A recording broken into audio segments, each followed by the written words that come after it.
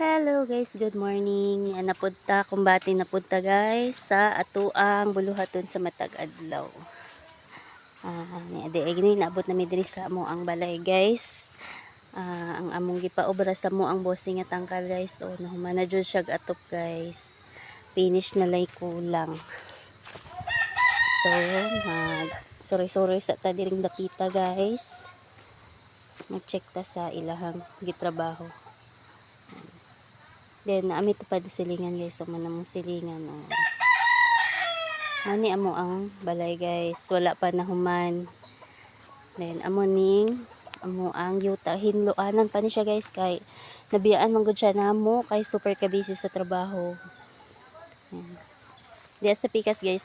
Obrahan po na siya balay. Balay na sa mo ang bossy. Tsada kayong yuta diri guys. O, lapad kaayo. Flat kaayo guys. Tawag kay mo buntagon guys. Kuma naman ta pangapi guys, gitak ang natagtinig ang. So magsuroy na punta diri sa to ang garden. Kani kumbatihan na po ni nato karon guys og hinlo. Dayon ang dinhi luya sa kong talong na survive gyud siya. Ang dinhi guys is napakoy hinloanan diri guys amo mga gipangtanom nga kalamansi guys. Asya guys. So. Muni punuan sa kalamansi guys nga gitanom namo. Bali halawanan pag ni siya guys. Tungod sa kabisi.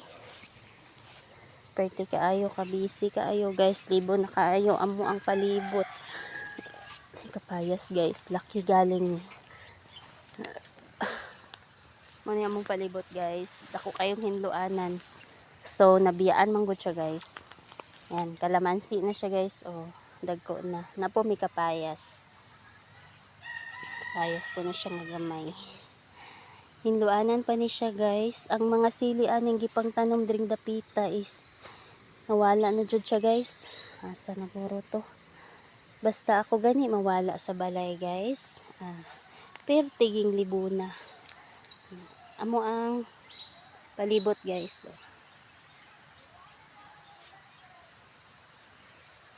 Amo ang balay is mura pag bodega. Wala pa jud na human.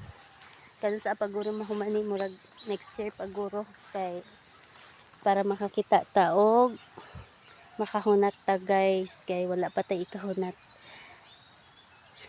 Mo na mong palibot guys.